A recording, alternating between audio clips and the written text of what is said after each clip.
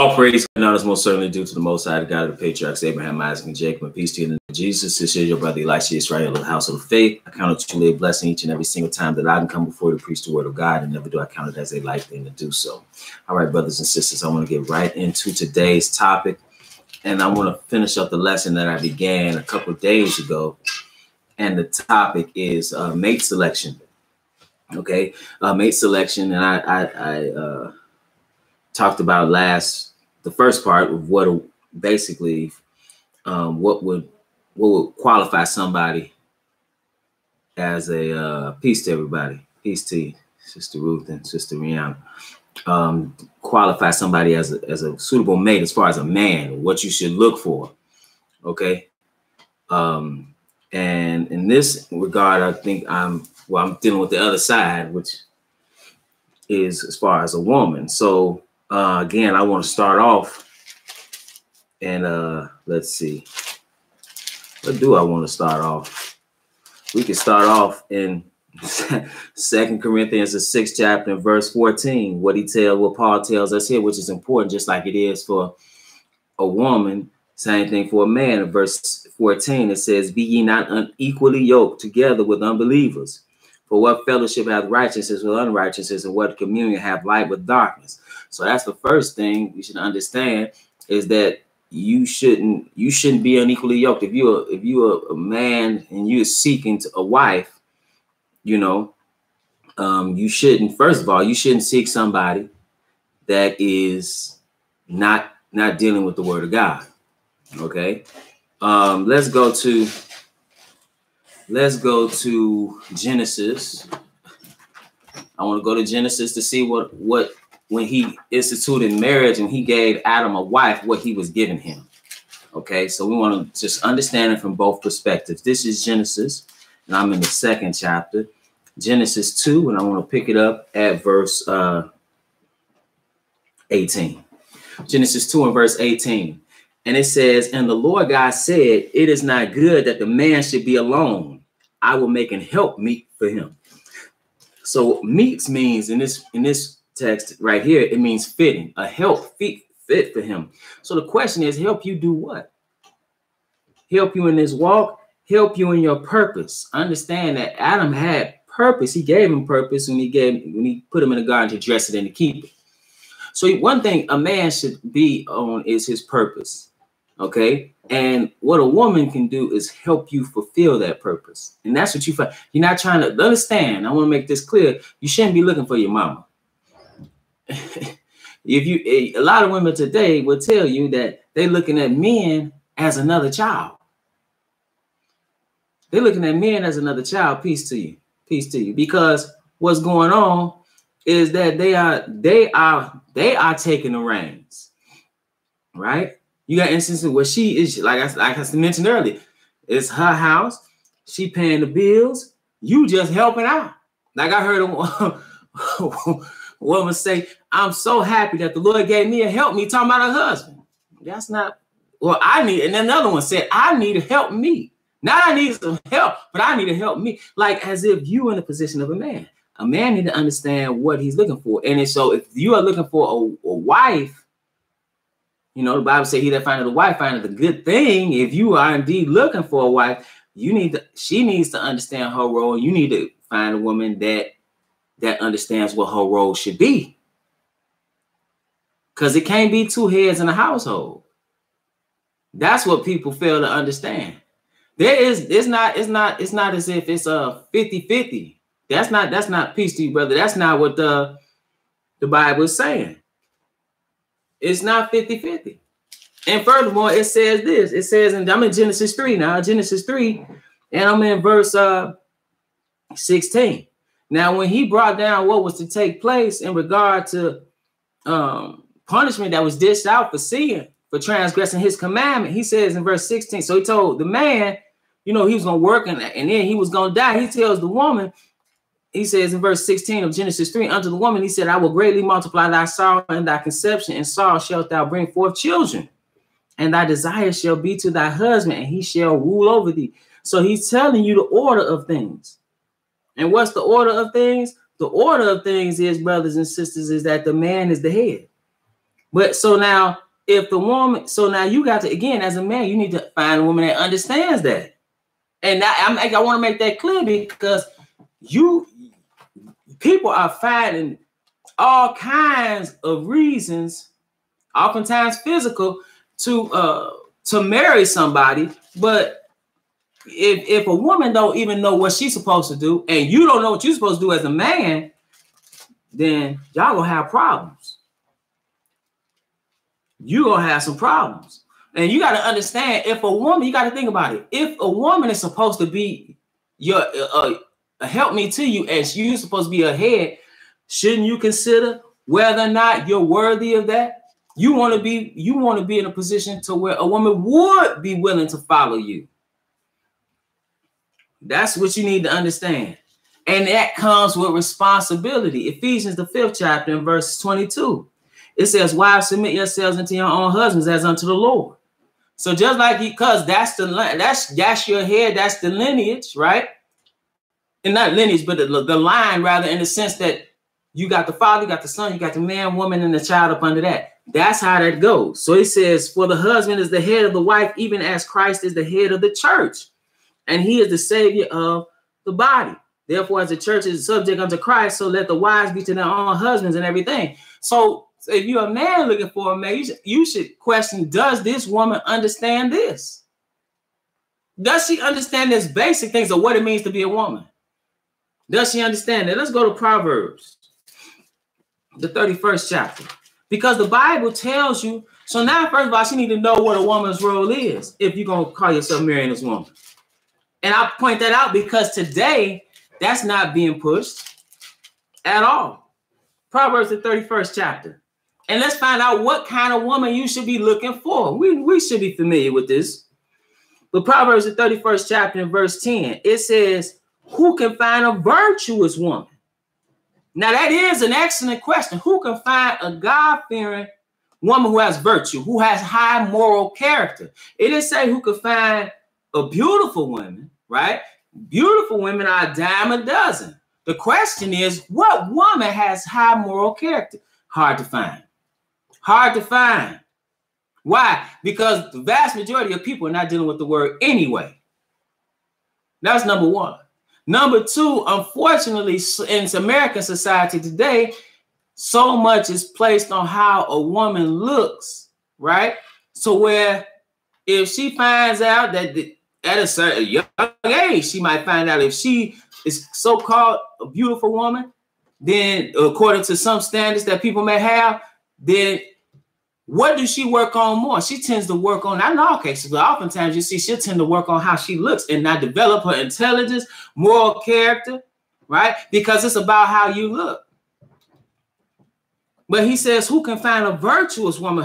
For her price is far above rubies. He didn't say who could find an Instagram model. He didn't say who could find a video vixen. He didn't say who could find a 10. He didn't say that. He said who could find a virtuous woman. See if you could find, and if I was you, if I was a brother looking for a wife, I would sit back and just observe. Sit back and just observe and see who has genuine moral character. And you're going to see that not with their dealings with you initially, but with the dealings with somebody else. How does a sister carry herself? So he said, who can find a virtuous woman? You'll know right off the bat. In one part, you'll know how she carries herself by how she dresses.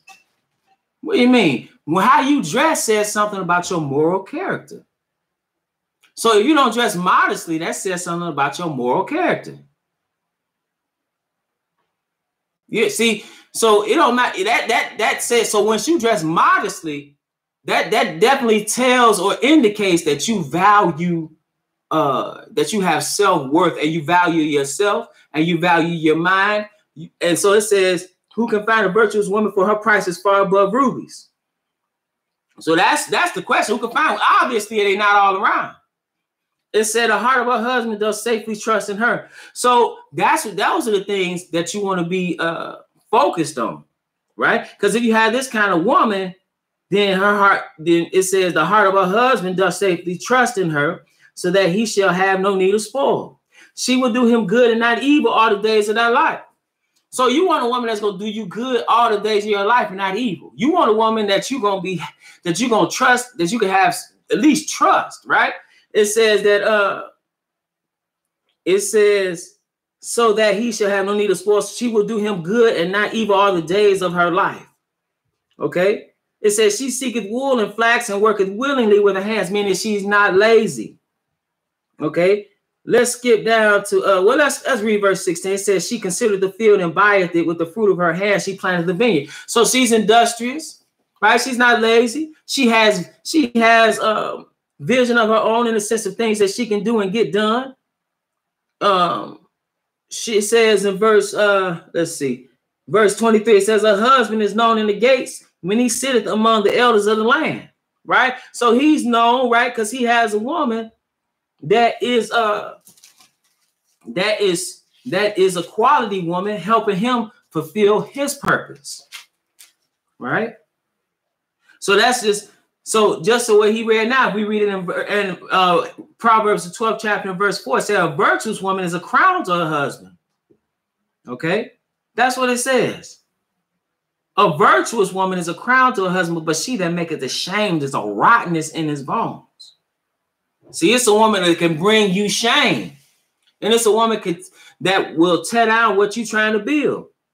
So it says in verse, I'm going to pick it up at verse 26. It says she opened her mouth with wisdom, and in her tongue is the law of kindness. So when she speaks, she's speaking in wisdom.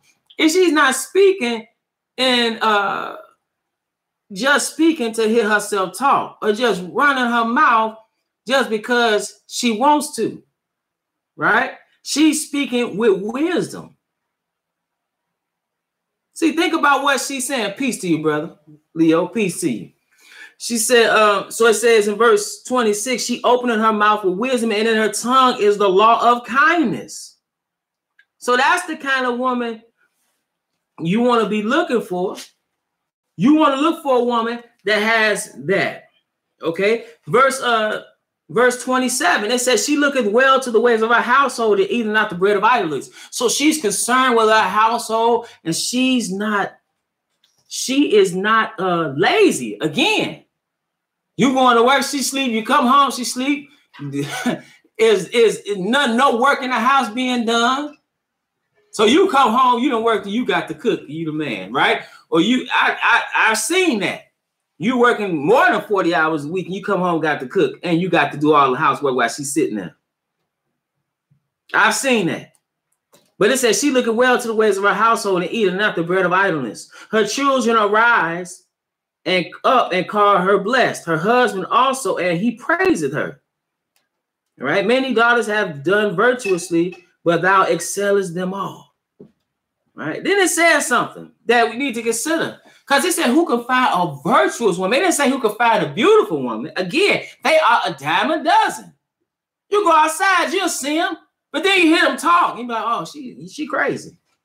Or she's not intelligent. Or you see them how they dress. Look at the average woman today. Hey, it is what it is. People don't have a clue what modesty means.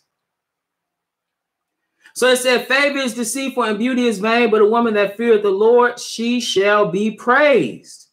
So listen to what he said. I'm going to read that again. Favor is deceitful and beauty is vain. How could beauty be vain? Because beauty, brothers and sisters, is always fleeting.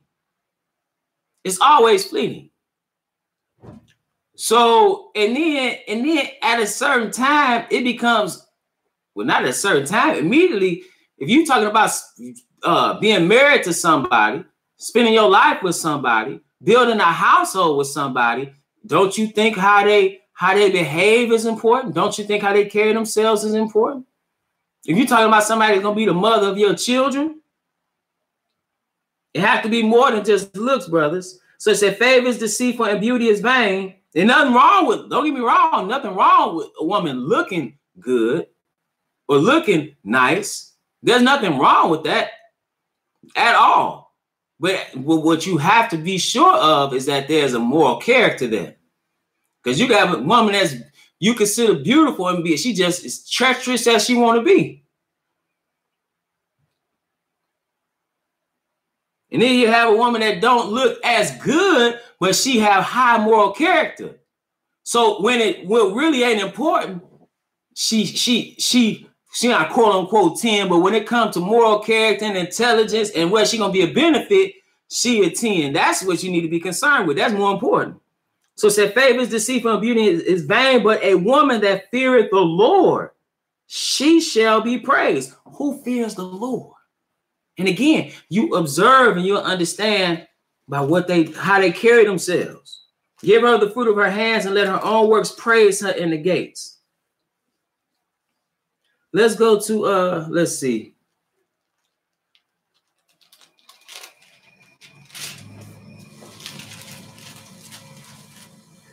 Give me 1 second. So that's the kind of character you want a woman to have.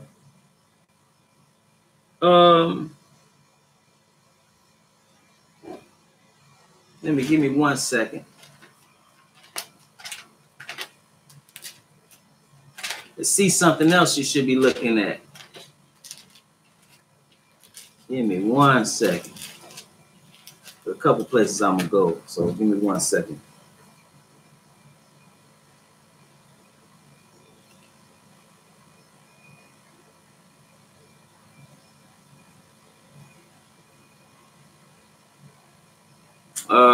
Let's see. Thought it was in Proverbs 24, but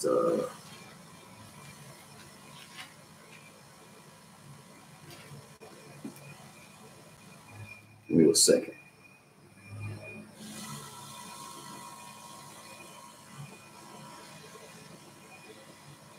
Because again, you want to make sure she have high moral character. And there's some things that she's gonna do. Proverbs 14. I said Proverbs 24, Proverbs 14.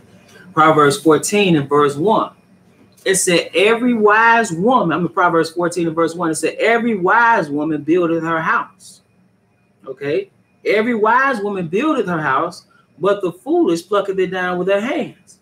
So now how is a woman building her house? What is she building it with? Let's go to Proverbs, the 24th chapter. Proverbs, the 24th chapter and verse 3. It says, through wisdom is a house built, and by understanding is it established. So that's one thing. She's looking, like I said in Proverbs 31, she's looking to the affairs of a household. She said, it says in Proverbs 31 and verse 27, she looking well to the ways of a household, eating not the bread of idleness. She's trying to make sure everything is going well in that household. So Proverbs 24 and 3, he says, through wisdom is a house builded, and by understanding it is established. Now, let's go to, let's go to Genesis. I'm sorry. Let's go to Ruth, the 4th chapter. Because see, another way the house can be built. This is Ruth, the 4th chapter, and I want to pick it up at verse. I'm gonna pick it up at verse 11, because here the delivery law of the duty of brothers is being fulfilled through Boaz with Ruth, right? The near kinsman is taking her to wife. And it says in verse 11, I'm in Ruth 4 and 11, and all the people that were in the gate and the elders said, we are witnesses. The Lord make the woman that is come into thine house, like Rachel and like Leah, which two did build thy house of Israel. And do thou worthily in Ephratah and be famous in Bethlehem. So what happened? That's another way a house is built, right? Through children. Okay, so if you're trying to build a household, so they said, let her have children and build a household in that regard. Okay, so I just want to point that out, because that's another way in which a house can be built.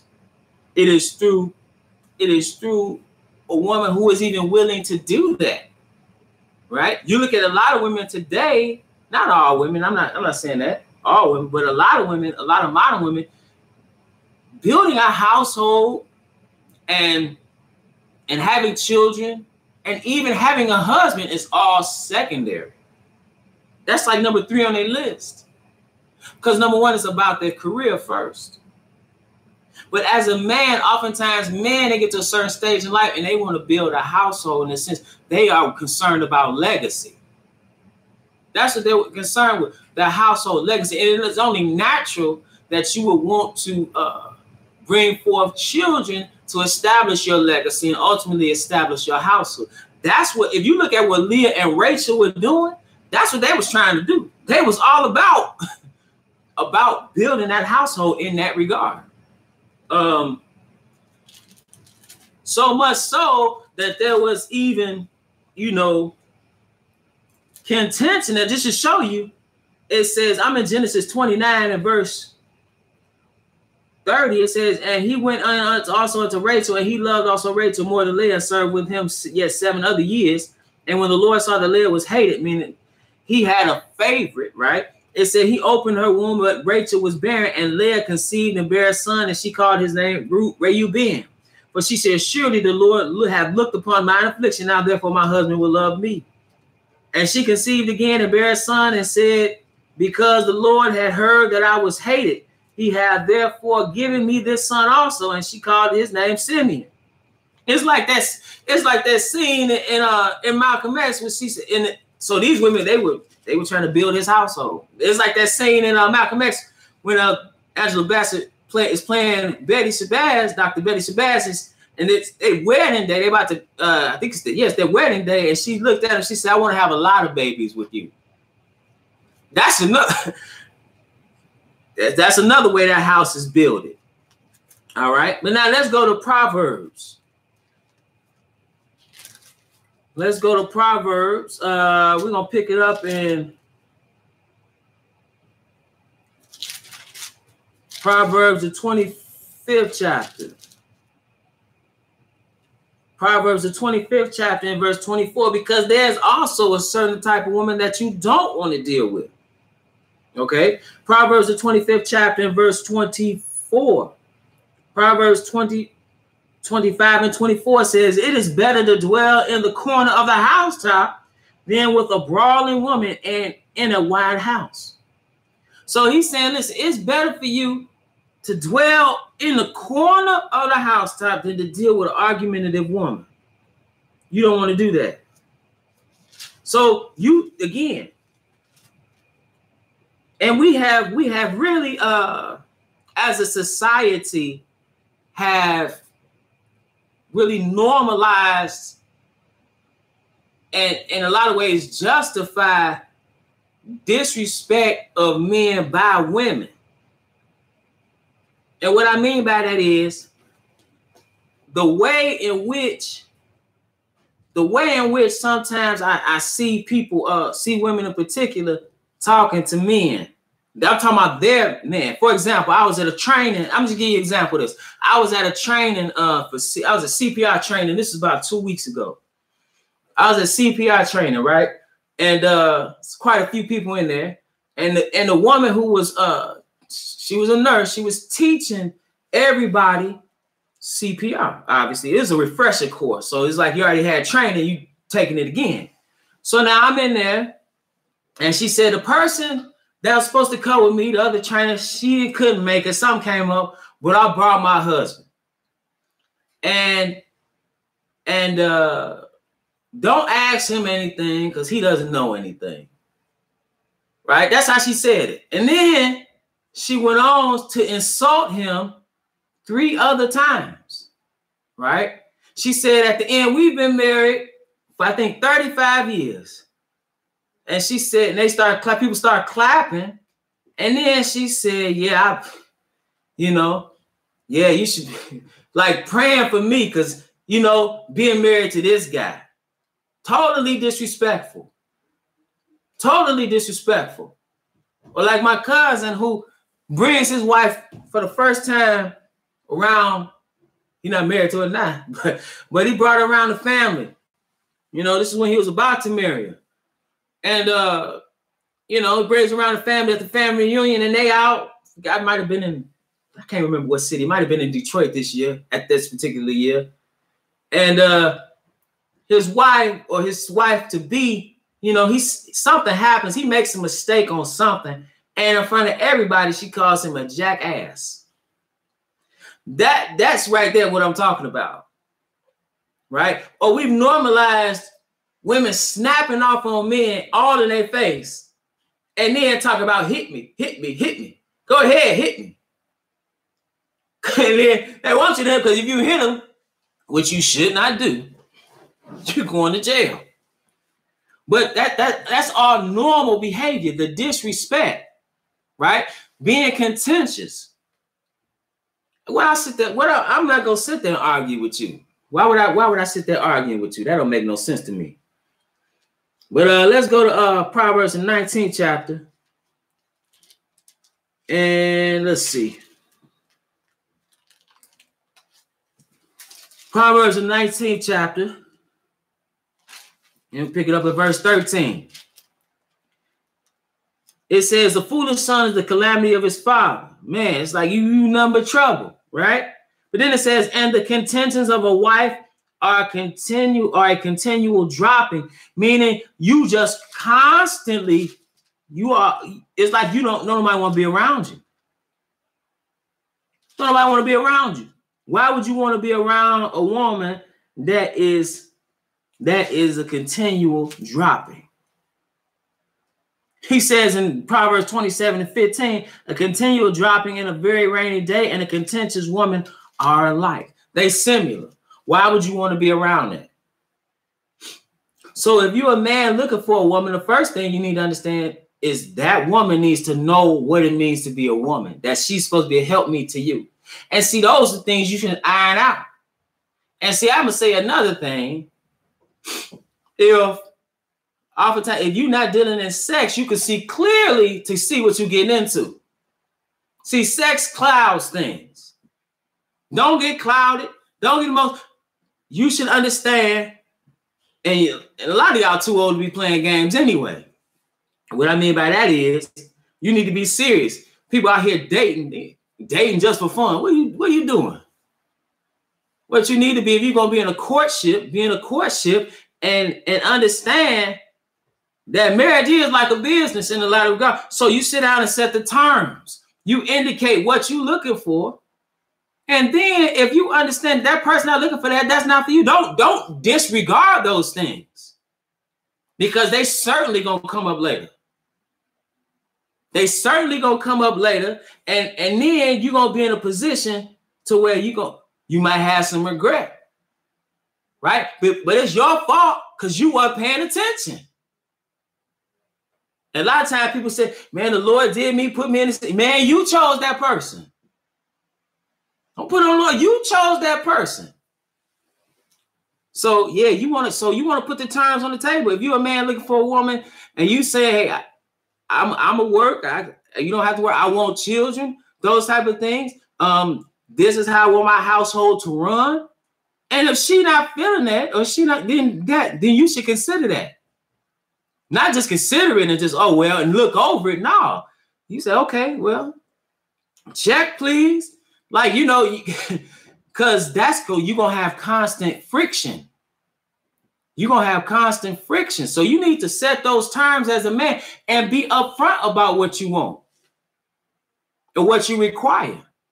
Because if she's not willing to do it, then you don't need to waste your time, and you don't waste her time. Right? So she need to know what it means to be a woman. Secondly, she need to be a virtuous woman. Does she have high moral character? The person you're gonna see when you're on your outing with this individual or talking to her is not her. That's her representative. Okay, we all oftentimes what happens is we put on a facade, and that's just something we do psychologically.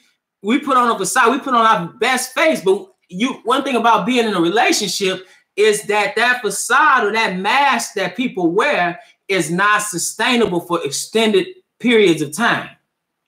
So that's how it could be where you married to somebody and you see them and they mean to you and talk crazy to you, right? But then when they out in public, hi, how you doing? They smiling and they so cordial and everybody think everything all great. And then behind closed doors, it's another story. Because they can wear that mask with them. But if you living with or cohabitating with somebody, you cannot keep that mask up.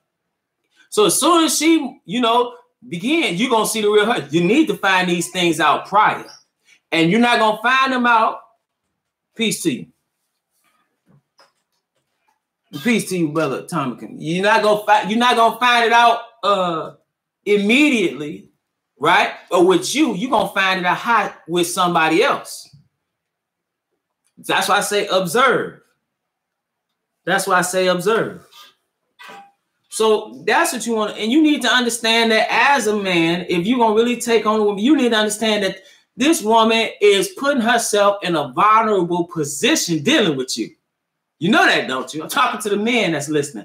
She is putting herself in a vulnerable position in dealing with you. Why? Because, first of all, especially in this society where it's telling perpetually for men or for women to be independent of men. So now she's gonna give that up to be with you and to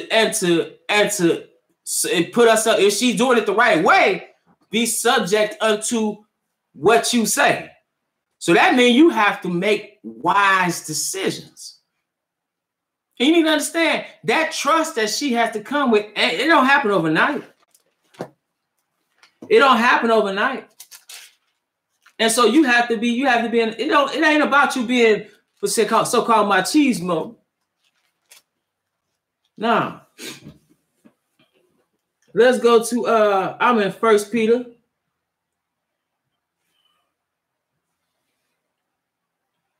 Let's see. I'm in 1 Peter, and I'm gonna pick it up at verse. I'm gonna just pick it up at verse 1 and read into it. And this will be it. It says, likewise, ye wives, be in subjection to your own husbands, that if any obey not the word, they also may without the word be won by the conversation of the wives, right? So now that's talking about, somebody is not in the word, but if you would keep yourself in regard to and keep obeying God and living, you might convert that person based on your way of life. That's what he means by conversation, your behavior. But verse 2, while they behold your chaste conversation coupled with fear. So now you chaste and you coupling your way of life with fear, godly reverence. Then it says, whose adorning, let it not be the outward adorning of plaiting the hair and the wearing of gold or putting on of apparel. It don't mean that you can't wear a pair of earrings. What it means is that as a woman, what it means is that that's not your focus. Your focus is not, we live in an age where a woman take 100 selfies a day and then look for validation on Facebook, right? The butt pose, looking at the mirror, the poked out lips, all the makeup. And then you want validation on Facebook for somebody to tell you that you're beautiful. You sure looking good today. Go ahead, girl. You want to hear those things.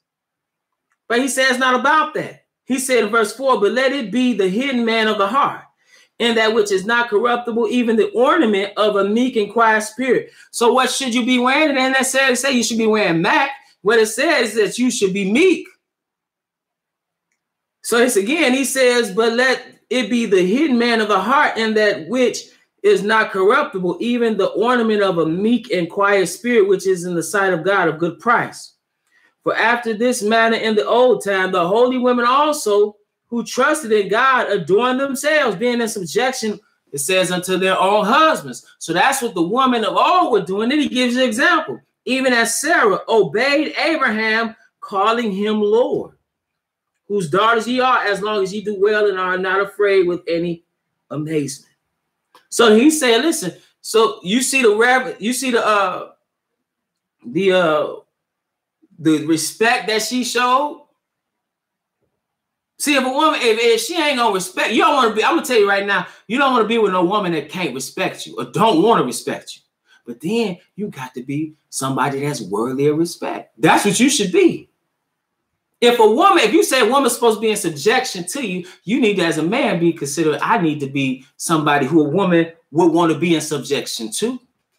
Then it says, likewise, ye husbands, dwell with them according to knowledge, giving honor to the wife as unto the weaker vessel, and as being heirs together of the grace of life, that your prayers be not hindered. And we should understand that ultimately that the woman is the weaker vessel, that you're not getting your equal in regards to strength like that.